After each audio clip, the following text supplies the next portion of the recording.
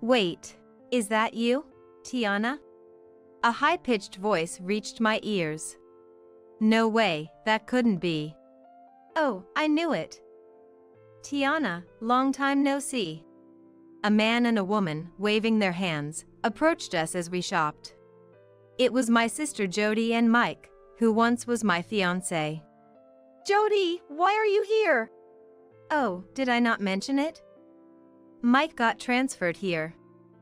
We live in a high-rise condo nearby. On contrary, you look rather poor. Jody sized up Ethan from head to toe as she spoke. Indeed, from Jody's perspective, Ethan in his work clothes might look that way. But then suddenly my husband spoke up. By high-rise condo, do you mean that one between this mall and the station? What? That high-rise condo is mine, actually. Ethan said it matter-of-factly, without any hint of arrogance. What did you just say?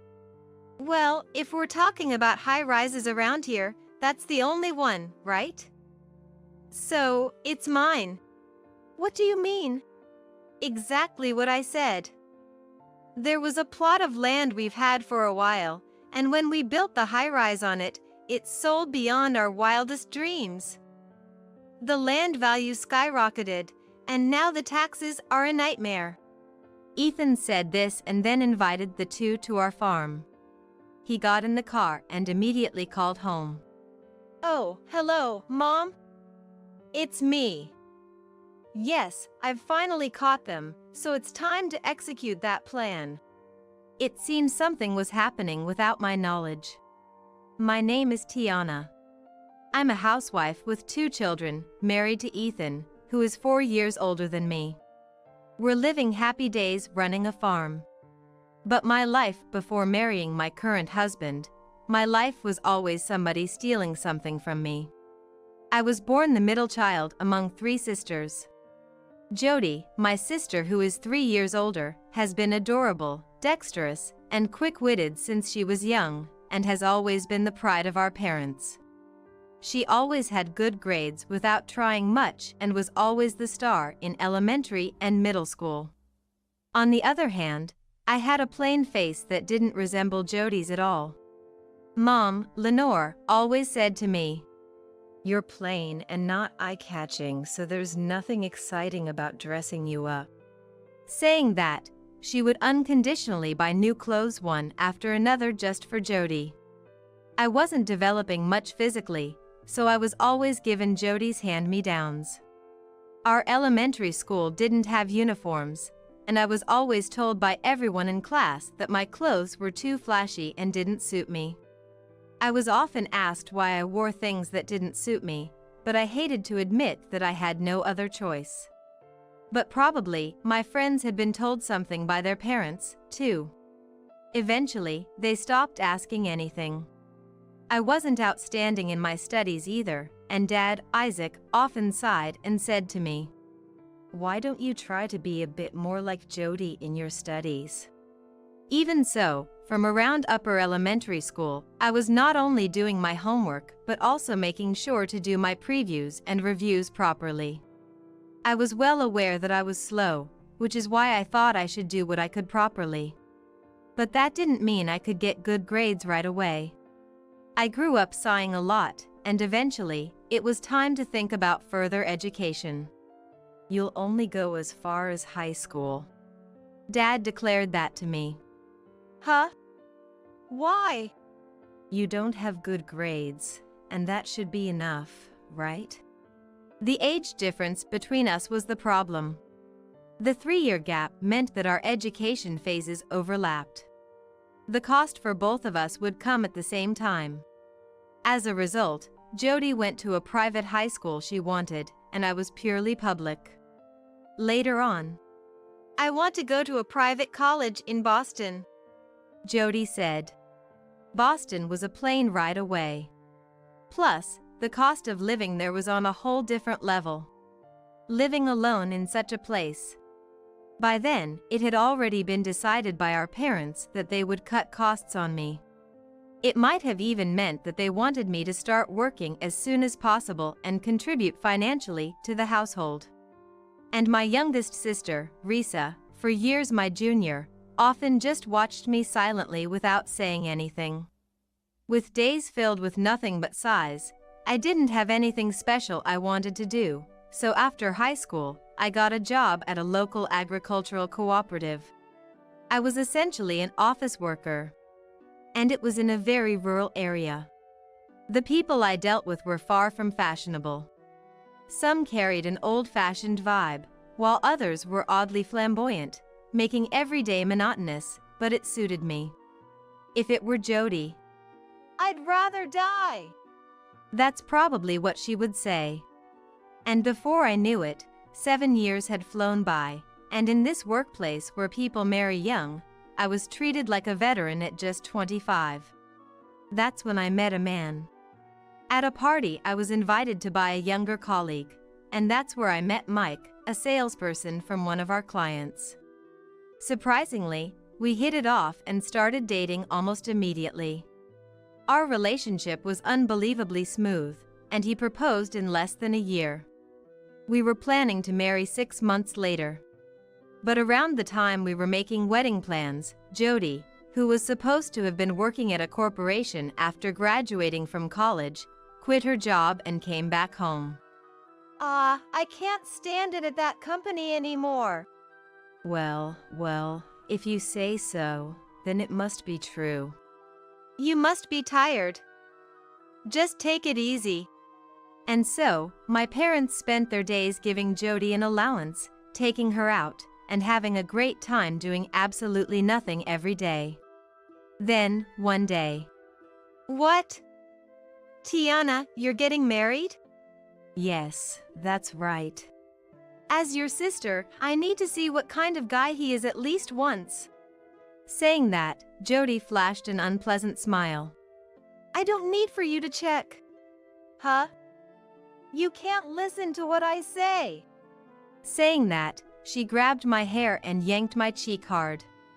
In the end, Jody came along to the discussion at the wedding venue. Despite the many decisions that needed to be made, Mike was somewhat distracted that day. I had a bad feeling, and a few days later, Jody bluntly told me, Mike will be mine. But the wedding venue has already been decided. When I retorted, my parents sided with Jody. Oh, it's simple. Just switch you out for Jody. Exactly. The ceremony itself doesn't change, and we haven't sent out the invitations yet. I couldn't understand what they were saying. Were they planning to use the wedding, for which I had also paid half the expenses, for Jody and Mike instead? I confronted Mike with intensity, which was unusual for me because I'm normally a calm person. I'm sorry, but I have to take responsibility. It seemed he couldn't refuse Jody's advances. I was shocked to realize he was that kind of person, but I couldn't forgive Jody even more. But just because I couldn't forgive her didn't mean I could do anything about it at that moment. Especially since my parents were unequivocally on Jody's side. If that was the case, there was nothing I could do. Then you should just leave. By then, Risa, who had graduated from a local university, said to me, You don't have to stay here forever. You will continue losing things staying here. Her words changed something inside me. I realized there was no reason I had to stay here. Don't worry about me. I'm good at getting by. With those words, Risa encouraged me. I immediately informed my boss about the sudden cancellation of my marriage and discussed resigning. My boss was surprised and listened to the whole story up to that day. Then, instead of resigning, he suggested a transfer. He said it would be a waste to let go of someone who had worked as diligently as I had and who had a knack for dealing with the farmers. I gratefully accepted the offer and moved out, taking only my personal belongings with me before their wedding. Living alone and in a new workplace, I finally felt like I could breathe easily, away from that family. Although more rural than where my family's home was, my new place was still in a significant regional city around here. Perhaps because I felt more at ease, I started socializing more with my colleagues. And then there was another party, but I wasn't keen on thinking about marriage again anytime soon. However, a colleague insisted. This time, they specifically asked for you to come. So, I reluctantly decided to attend. The guests this time were heirs to neighboring farms. That's where I was introduced to my current husband, Ethan, who had been interested in me for a while. I knew his face as one of my company's clients, but nothing more. With some encouragement from my colleague, I decided to give it a shot, and Ethan turned out to be a fun and hearty person. He took me to his home several times.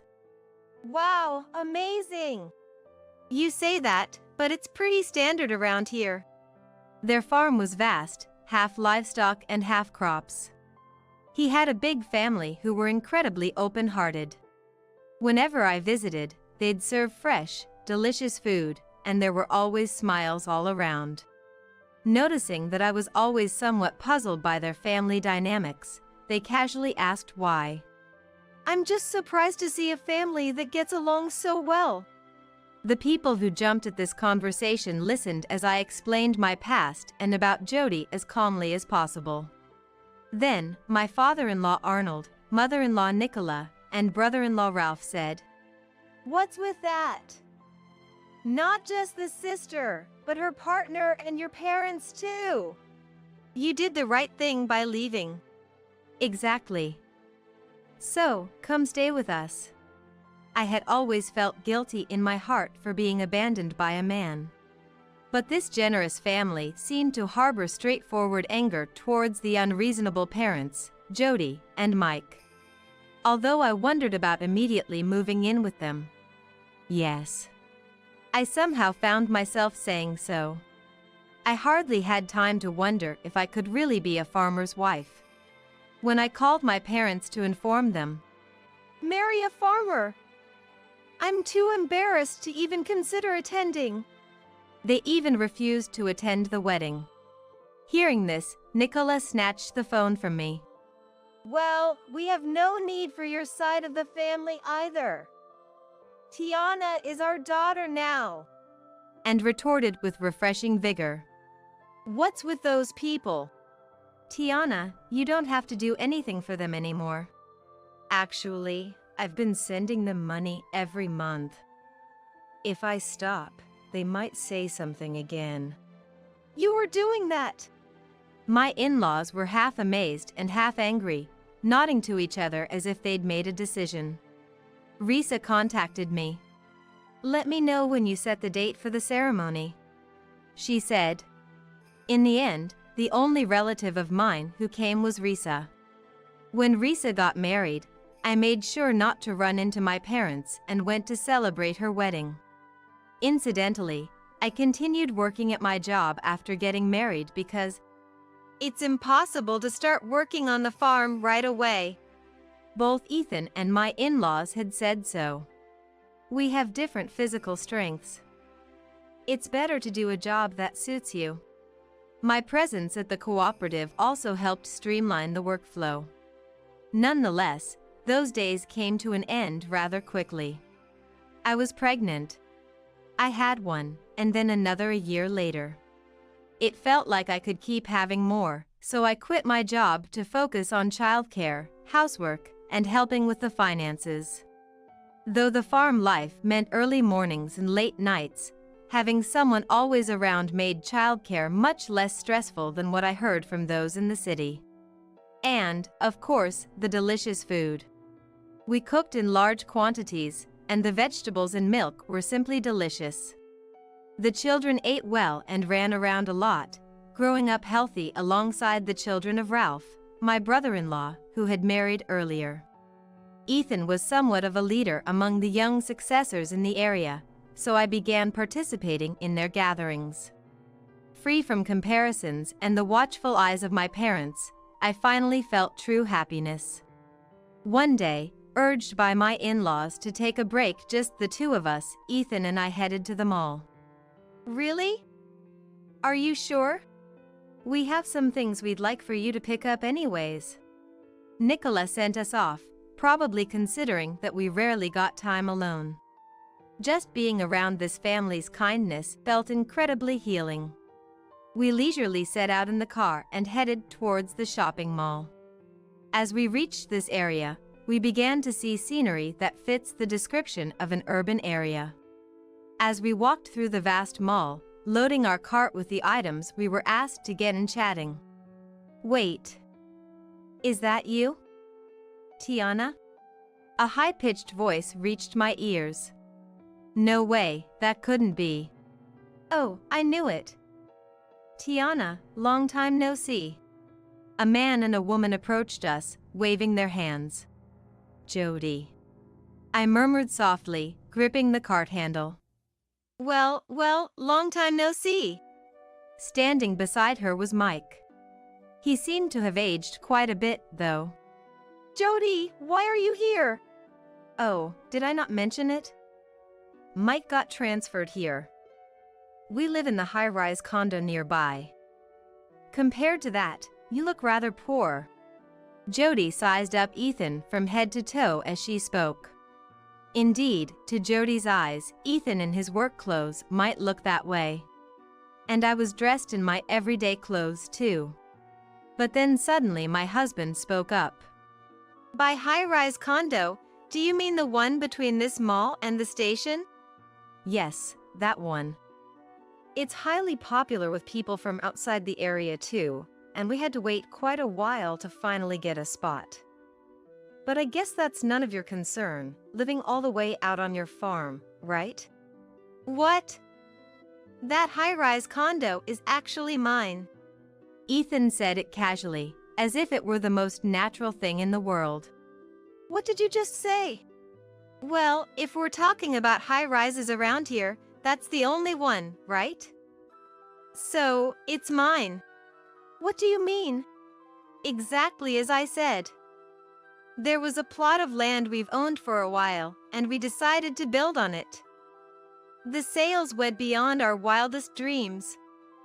Thanks to that, the land value skyrocketed, and now the taxes are a nightmare." Taxes. I remember, while helping with the accounting work, I sometimes found unusually high property taxes on some items. I wondered why, since the taxes in our area weren't that significant. So that was the reason. "Is that so?" "Yes, it is. Would you like to come over to our place?" "What?" I looked at Ethan. "Is that really okay?" Jody's attitude changed suddenly. "Hey, it's a bit sudden to impose, isn't it?" "What are you talking about? They've kindly invited us. It would be rude not to go." The shopping was put on hold, and we decided to take out our cars. Back in the car, Ethan, sitting in the driver's seat, immediately called home. "Oh, hello? Mom, it's me. Yes, I've finally brought them, so let's proceed with that plan." What could he be talking about? After those brief words, Ethan hung up. "A plan?" "Yeah. Well, we've had our own thoughts about things." I had no idea you owned a high-rise condo. "Well, it's kind of like insurance," Ethan explained to me. "Farming depends a lot on nature, and we can face various challenges. Our family just happened to own that land in the area for generations." "And you built a high-rise on it?" "Sort of half and half. Not the entire thing, but for people coming from outside, the view is considered quite spectacular." That's for sure. Even if the view is just fields and mountains, their vastness provides a spectacle with each season. It must be appealing for wealthy people coming from outside. "Would you like to live there?" I immediately shook my head. "I love our current home. Everyone's there." "Me too." Saying that, we drove home. Along the way, Ethan shared a surprising strategy with me. "Can we really do that? You know our family's unity, right? And our ability to carry out plans steadily." That's true. But as I glanced at Jody's car following us in the rearview mirror, I wondered if it would really work. Upon arriving home, "Oh, come on in." My in-laws greeted Jody's couple at the entrance with their usual, no, even brighter smiles. "Arnold, is it okay to take time off?" At this hour, there should still be work to do in the fields and with the cows. It's fine. We heard we were having important guests." Jody, entering the house, looked around. It is indeed spacious, seemingly surprised by its size. There are many people and households living here. We ate together, but each family has its own space. "Well, I haven't met anyone from Tiana's family except for Risa. I didn't even know she had another sister." Arnold laughed heartily at that. Meanwhile, I was in the kitchen preparing something for the guests. "Tiana, it's better if you stay out of sight for now." "What?" "Just watch from around here for a bit." Nicola gestured to a chair in the kitchen, wondering what she meant. I sat as told and watched the living room situation from my seat. Wondering what was happening, I sat as instructed and watched the scene in the living room unfold. Arnold and Ethan were sitting there. "It's not much, but..." with Nicola offering homemade sweet potatoes and pumpkin pies to Jody and her husband. From where Nicola directed me, I had a clear view of the other side. And they couldn't see me. Arnold, opening a beer, casually mentioned, "So, you're living in our high-rise, right?" Yes. Speaking of the high-rise." Arnold signaled Ethan with a nod, "Hey, show them that thing we have." implying something. That. Just a moment," Ethan said and retrieved an envelope from a shelf. "Regarding the high-rise, we have something, well, specifically for Mike, that we'd like you to see." "What might that be?" Mike was puzzled by Ethan's words. "This right here." Handing over a large document envelope to Mike, who hesitated before pulling out its contents. What he found was an album sheet filled with numerous photos. "What's this?" Mike's face tensed as he looked up. "Well, Huey mentioned we've had some suspicious activity caught on our security cameras lately. We had it investigated a bit." Mike silently flipped through the album sheets, eventually dropping them in shock. "What is this? What on earth, Jody, who is this person?" Mike asked Jody with a groaning voice, puzzled by the situation. Just as I was wondering what was going on, Nicola silently tapped my shoulder and handed me the stack of photos. "What?" I almost let out a loud gasp and quickly covered my mouth with my hand. The photos showed Jody inviting an unknown man into her room. The two of them visible through a window. And various scenes of them entering a hotel during the day and leaving separately later on. "How come these are here?" "Keep it a secret." Nicola seemed somewhat amused by the situation. Looking back at the living room, I saw Mike glaring at Jody with a furious expression. "Is this why you've always said you didn't want children yet? So you could do things like this?" "What? No. That's not true. That's not me." "Well, the man said he came to see you. We had it confirmed with Huey." Ethan pressed on, cornering Jody. "Then what about these other photos?" "Well, affairs are definitely not good, are they?" Arnold commented casually. "After taking Tiana's man, you still wanted another? And how old are you again?"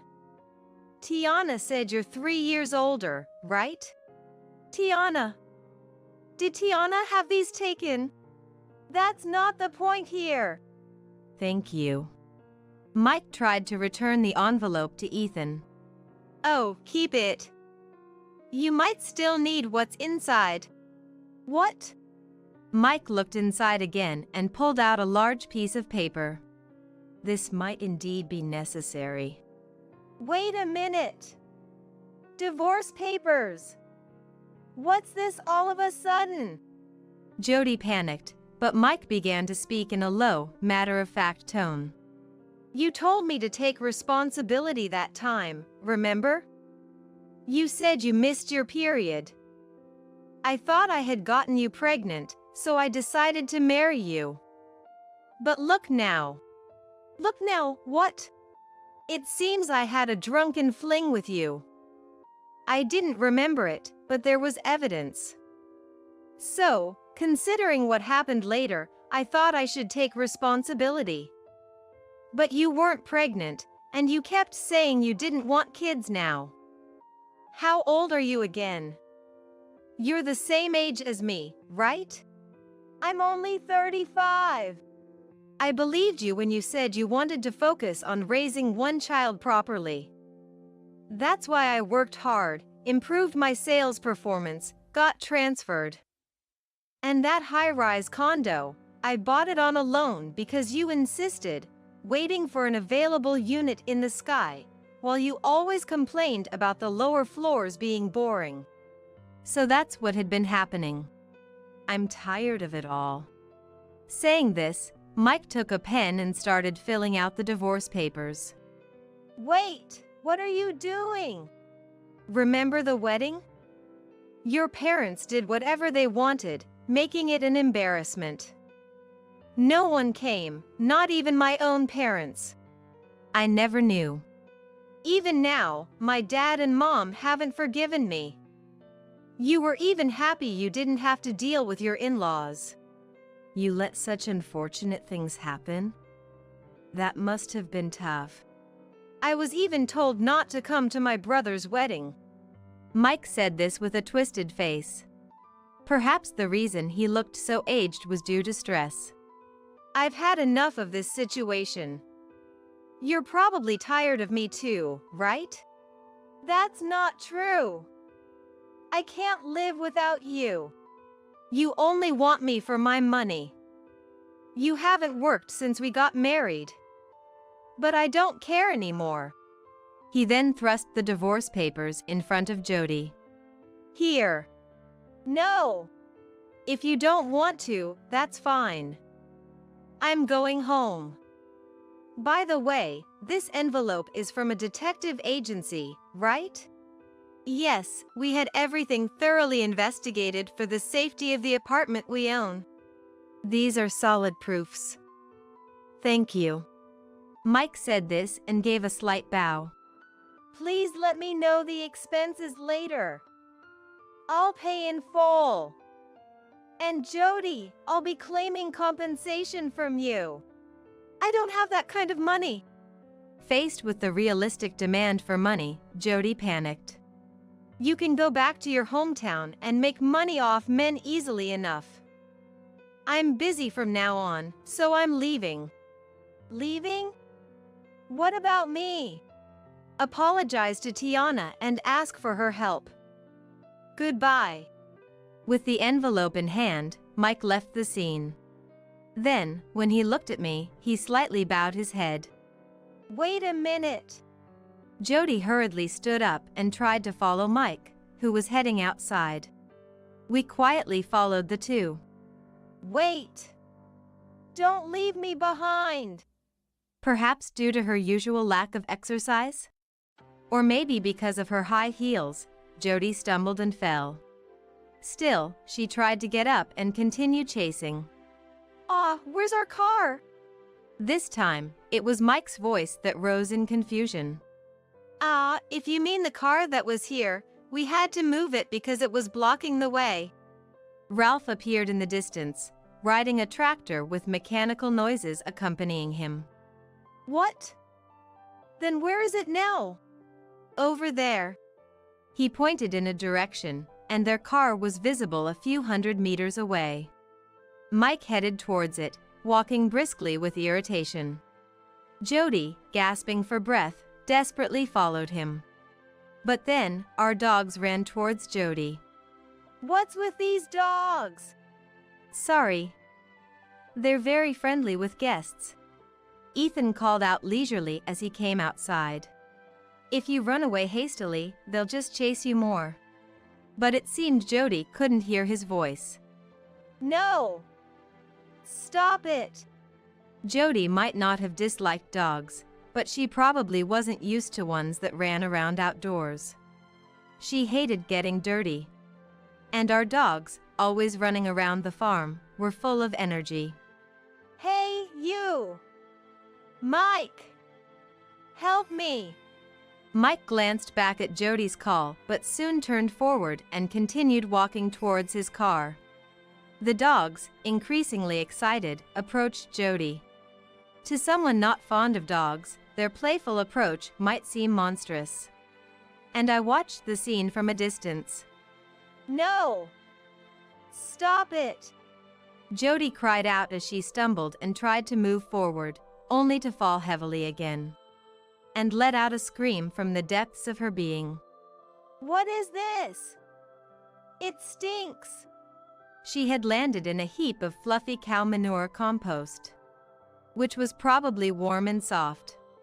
Oh dear, are you hurt? Arnold's carefree voice chimed in. 2 dogs were on top of the fallen Jody, licking her face.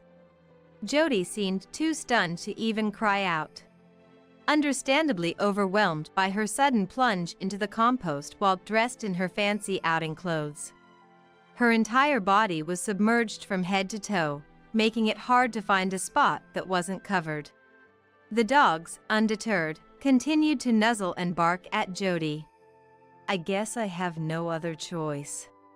Seeing the dazed Jody, Mike reluctantly drove his car closer, sighing at her sorry state. Come on, let's go! We shouldn't trouble this household any further. Perhaps Mike couldn't bear to watch Jody's pitiful state silently. He grabbed a relatively clean part of her clothing and tossed her into the back seat of his car. Well, that makes sense. Wouldn't want her sitting next to you. Still, it's going to be a mess later. We watched from a distance, half in sympathy, as Mike bowed to us and drove away. That evening, Huey from the apartment complex contacted us. That was a terrible smell. Is that so? That's unfortunate. Make sure to charge the cleaning fees. Of course. Even though this area is known for livestock, this apartment near the station has many residents not accustomed to it. Today was chaotic. Not just the entrance and hallway, but even the parking lot was affected by the smell. Listening on speaker mode, I was half amused and half exasperated by Ethan's laughter, feeling a sense of relief wash over me. Honestly, living in this environment, I'd forgotten how appalling it would be to emerge covered in compost in the middle of the city. Especially for someone like Jody, who took pride in her appearance. Especially the complaints from the upper floors are severe. We'll address it as quickly as possible. Right. Oh, and that couple is probably going to get divorced. Prompt action might even help push that along. Right. If they could leave, that would be great for us. After hanging up, the family around me gave thumbs-up signs. It seemed this was a long time in the making. Apparently, the very act of them moving in was influenced by our family. In this region, companies are often connected to agriculture in some way. And there's frequent communication among farmers. My new family, upon learning about my circumstances, had been keeping tabs on my sister and my parents. They had circulated information about a second-floor unit in the high-rise they owned becoming available at a discounted price. They knew Jody would jump at the word high-rise. Still, we couldn't predict when we'd meet them again. Ethan explained this to me. So, you were planning to act upon meeting them? Exactly. The family flashed genuinely warm smiles at me. And even the dogs that had come close barked in agreement. Oh, these people. I couldn't help but laugh. Later, Risa informed me that Jody had officially divorced. It was quite a spectacle. Risa reported, laughing heartily. Risa and her husband are currently in charge of the family home, from which I moved out when I got married. It seems that the wedding, which was carried out with a different partner than originally planned, significantly tarnished our parents' reputation. Seizing this opportunity, Risa, I'm sorry for our good-for-nothing parents. Apparently, she managed to win over those around her and take control of the household by adopting such an attitude. Into this scenario, Jody attempted to return after her affair-induced divorce. There's no way I could let her back into the house. After all the effort we put into keeping our parents in line, bringing back a parasite like that is out of the question. Risa made it clear to everyone that Jody was not welcome back home. Your everyday behavior really matters, doesn't it? So, what happened to Jody? I don't know. She should be the one to pay the compensation, right? Oh, and apparently, the reason Jody quit her previous job was due to her incompetence and some inappropriate romantic entanglements. This was news to me. Since then, she's been a housewife, and with that gap plus another divorce due to an affair, what kind of job could she possibly get? Maybe only something in the nighttime industry. But that might actually suit her. Mike had mentioned something similar. You know, Tiana, there were times I got frustrated looking at you. Given how terrible our parents and sister were, this outcome was inevitable, wasn't it? Yes. Right? That's why I took them as a lesson of what not to be from early on. Thanks to that, I now hold the reins in our family. I see. I found myself oddly convinced. You can rest easy now. Forget about us here and enjoy being pampered and happy there. Yes, thank you. I'll come visit you next time. I'll be waiting. Almost a year later. Slightly later than promised, Risa visited our home. Congratulations on your third child, Tiana.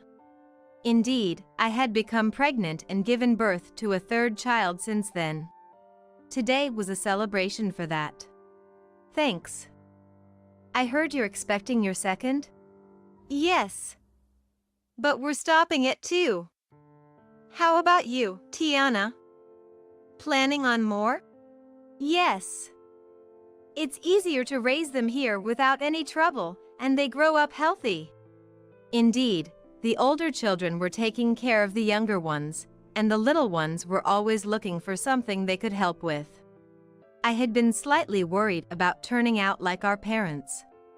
But I felt confident that with this place and this family, we could be happy without those concerns. I truly believe so.